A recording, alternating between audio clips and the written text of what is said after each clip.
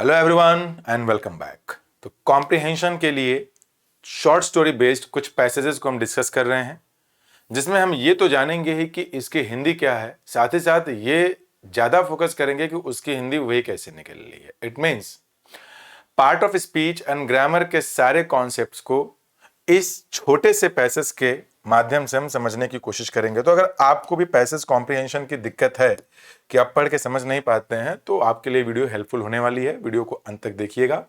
अगर कोई बिल्कुल नया है और उसे बहुत ज़्यादा दिक्कत है तो वो यहाँ से ना देखे, क्योंकि ये 26th वीडियो है कॉम्प्रिहेंशन की। इसके पहले 25 बन चुके हैं।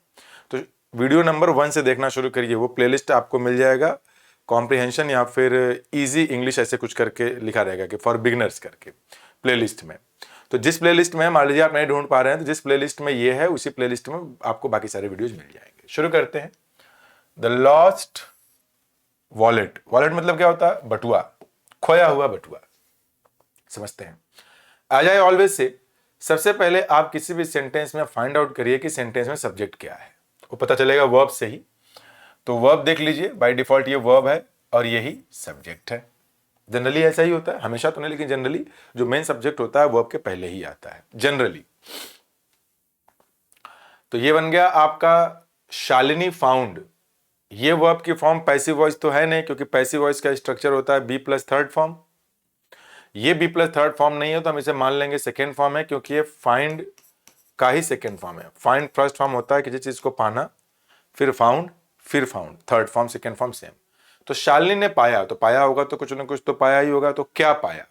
तो किसी भी एक्शन वर्ब में अगर आपको व्हाट एंड होम में से किसी का भी आंसर मिल जाए तो वो ऑब्जेक्ट बन जाता है। तो पाया, तो क्या पाया?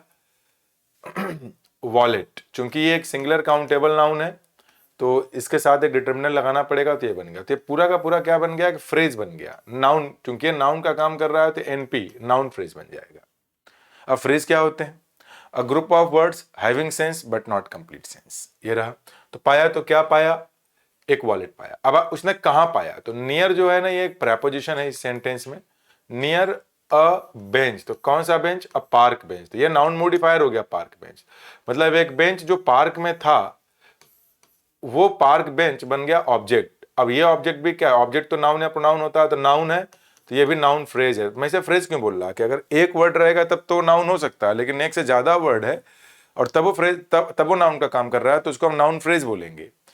तो अब ये बन गया यहां से नियर प्रेपोजिशन का ऑब्जेक्ट, तो ये बनेगा आपका पूरा का पूरा फ्रेज। तो ये पूरा का पूरा जो फ्रेज बनेगा, ये मिला, क्या मिला? तो नाउन फ्रेज। कहां मिला? तो यहां से नियर से लेकर यहां तक बन गया। कहां का आंसर है ना? वेयर का। तो वेयर बन जाएगा adverb, adverb of place.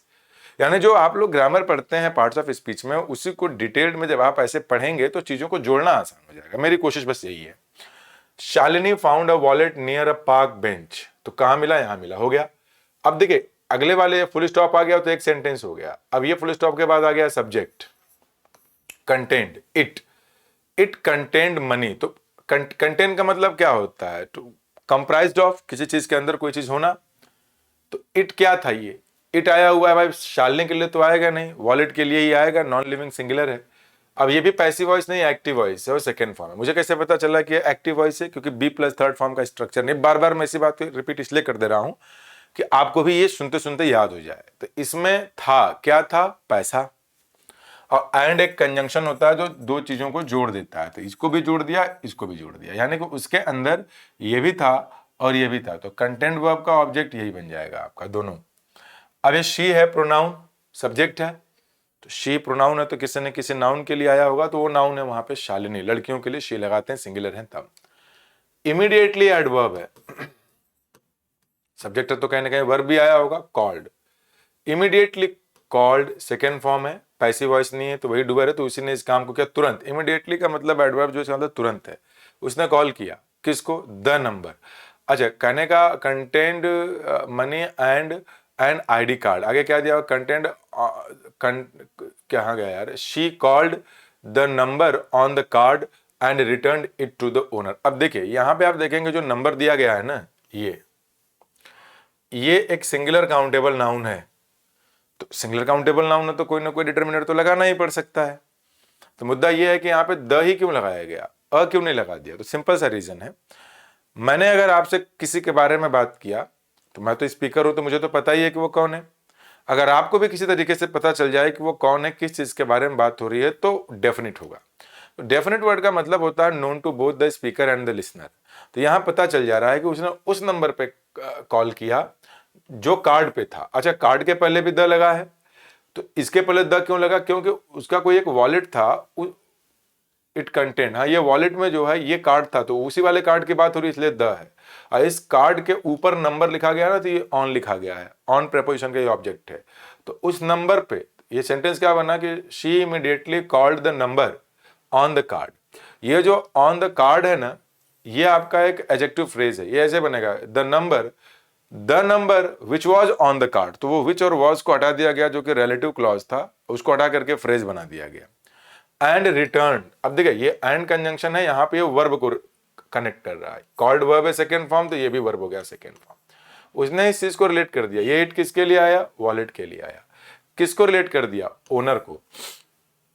Owner क्या है? टू प्रेपोजिशन का ऑब्जेक्ट है। बात आया टू ही क्यों आया? क्योंकि जो टू है या तो डेस्टिनेशन की प्रेपोजिशन होती है या रेसिपिएंट की प्रेपोजिशन होती है। तो यहां जाहिर सी बात है, ओनर को उसने दे दिया तो रेसिपिएंट हो गया उसका, जिस चीज को भी लिया। ये कॉमा लगा करके यहाँ पे ना जो लिखा गया है ना कि अ वरीड एल्डरली मैन, तो अ डिटर्मिनर किसके लिए लगा है? मैन के लिए लगा है। तो what kind of man? Worried man.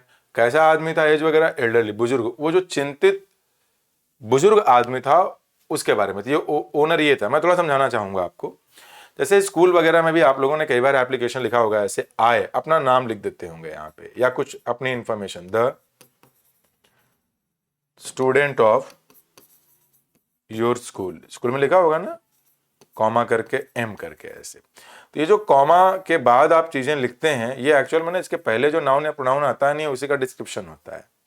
तो अगर सब्जेक्ट के बाद लगा दिया तो वर्ब तो बाद में लगाना पड़ेगा, तो सब्जेक्ट के बाद भी कॉमा लगाना पड़ेगा और वर्ब के पहले भी कॉमा लगाना पड़ेगा। तो इसे कहते हैं केस इन अपोजिशन। क्या कहते हैं इसे? केस इन अपोजिशन या अपोजिटिव केस। तो केस इन अपोजिशन का मतलब होता है additional information about the noun और प्रोनाउन कमिंग बिफोर। चूंकि यहाँ पे पूरा सेंटेंस तो कंप्लीट हो चुका है, ये ऑब्जेक्ट है, तो ये जो कॉमा लगाया गया है एक ही कॉमा है, क्योंकि इसके बाद सेंटेंस खत्म हो गया तो फुल स्टॉप है। तो ये जो कॉमा के बाद लिखा जाएगा अ वरीड एल्डरली मैन, वो इसी नाउन का डिस्क्रिप्शन है। अगर वो इस नाउन का डिस्क्रिप्शन है तो इसको आगे वाले को कहा जाएगा केस इन अपोजिशन। तो ऐसे पहचानिएगा, ये पहचानना सीखिए। ये सेंटेंसेस तो भी काफी छोटे हैं, धीरे धीरे करते करते काफी बड़े बड़े सेंटेंसेस लेकर के आऊंगा। अब भाई वो आदमी था, उस आदमी को मिल गया, तो ही लगा हुआ है प्रोनाउन। अगर ये प्रोनाउन है तो एक बात तो तय है कि कोई ना कोई नाउन के लिए आया होगा। तो नाउन आपका यहाँ पे वही ओनर है, the worried elderly man. Thanked second form लिखा हुआ है, ट्रांसिटिव वर्ब होता है। ये ट्रांसिटिव वर्ब होता है, इसलिए उसके तुरंत बाद हम लगा देते हैं एक ऑब्जेक्ट। हम बोलते हैं ऐसे ना, थैंक यू। तो अब ये इसका ऑब्जेक्ट है, लेकिन जब आप थैंक्स लिख देते हैं ना, थैंक्स, तो खुद नाउन बन जाता है। तब टू प्रेपोजिशन लगाना पड़ता है, क्योंकि एक नाउन और एक प्रोनाउन दोनों साथ साथ नहीं आ सकते। तो वर्ब है तो ट्रांसिटिव वर्ब है। जब ट्रांसिटिव वर्ब है तो direct thank you, thank him, thanks to him बोलेंगे, क्योंकि एक नाउन एक प्रोनाउन। अब बन गया आपका कि द ही थैंक्ड हर। अब वो आदमी था, उस आदमी ने, वो जो बुजुर्ग एल्डरली मैन था, उसने हर कौन? शालिनी को थैंक किया रिपीटेडली। रिपीट मतलब होता है दोहराना, रिपीटेडली एडवर्ब है, बार बार उसने उसको धन्यवाद बोला। ऐसे, बहुत धन्यवाद बेटी, मैं एकदम परेशान था, मेरे पैसे थे, कार्ड था, ये वो सब। बट अब कॉन्ट्रास्ट है, शालिनी रिफ्यूज्ड। जो शालिनी है उसका नाम आ गया, उसने रिफ्यूज मतलब कि उसने किसी चीज को लेने से मना कर दिया। क्या? Any reward. अब ये उसका ऑब्जेक्ट है, ट्रांसिटिव वर्ब होता है रिफ्यूज। वैसे क्या रिफ्यूज किया? एनी रिवॉर्ड, एनी रिवॉर्ड, कोई भी इनाम लेने से मना कर दिया। देखिए कॉमा आया यहाँ पे ना, मैं थोड़ा समझाता हूं। आगे जो ये आईएनजी फॉर्म यूज किया गया है, ये वर्ब नहीं है, ये प्रेजेंट पार्टिसिपल का एडजेक्टिव है। हालांकि मैंने पहले भी कई वीडियोज में पढ़ाए हैं, स्टोरी वाले नहीं, यूट्यूब पे जो ग्रामर के कॉन्सेप्ट, कि जो प्रेजेंट पार्टिसिपल एडजेक्टिव्स होते, वो जो प्रेजेंट पार्टिसिपल्स होते हैं, जब वो किसी सेंटेंस में एडजेक्टिव का काम करते हैं तो ये एक्टिव स्ट्रक्चर को रेफर करते हैं। एक्टिव का मतलब ये होता है कि जो भी सब्जेक्ट होता है वही डूअर होता है। ठीक है, जो भी सब्जेक्ट होता है वो क्या बनता है? डूअर बनता है।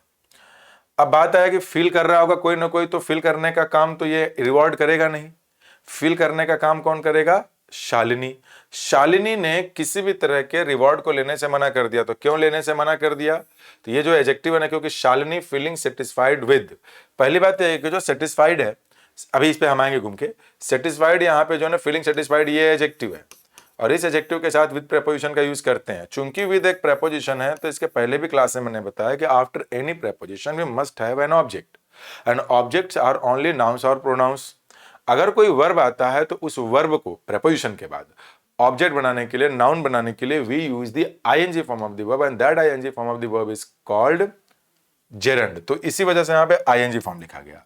सेटिस्फाइड थी, किससे सेटिस्फाइड थी? With doing the right thing, मतलब सही चीज करके। होता है ना कई लोग जिंदगी में जिनको रिवॉर्ड वगैरह से मतलब नहीं होता है, किसी की हेल्प कर दिए, किसी की मदद कर दिए, किसी के लिए कुछ अच्छा कर दिए, तो उसी में बड़े खुश होते हैं कि वाह आज मैंने कुछ अच्छा काम किया।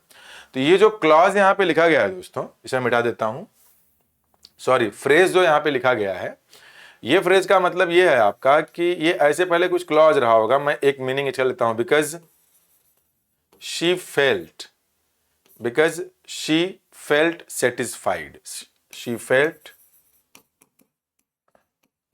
सेटिस्फाइड। तो ये बिकॉज कंजंक्शन है, क्लॉज बनाने के लिए कंजंक्शन चाहिए होता है, इसको उड़ा दिया, कंजंक्शन उड़ा दिया तो फिर इसको भी उड़ा दिया, बच गया ये वाला वर्ब। हमें पता है कि उसी ने फील किया, तो ये जो वर्ब है अब इसे वर्ब हटा करके नॉन फाइनाइट वर्ब बनाना पड़ेगा, जो कि प्रेजेंट पार्टिसिपल या पास्ट पार्टिसिपल बना के कर सकते हैं एडजेक्टिव की तरह। डिस्क्रिप्शन इसी का है, वो शालिनी एक बार आई है तो इसी को आईएनजी फॉर्म। तो जब कभी सब्जेक्ट इसका डूअर हो जाए ना, यानी कोई रिसीवर ना हो, तो हम वहां पे आईएनजी फॉर्म, तो इसी बिकॉज को हटा दिया, शी को हटा दिया, फेल्ट को क्या बना दिया, यहाँ पे फीलिंग बना दिया। हो गया। तो उम्मीद करता हूं आपको ये वीडियो समझ में आई होगी। वीडियो कैसी लगी इसे कमेंट बॉक्स में जरूर मुझे कमेंट करके बताइए, ताकि मुझे भी तो आइडिया लग सके कि आपको समझ में आ रही है कि नई चीजें और मुझे इसमें क्या इंप्रूवमेंट करना है। Thank you very much, bye bye.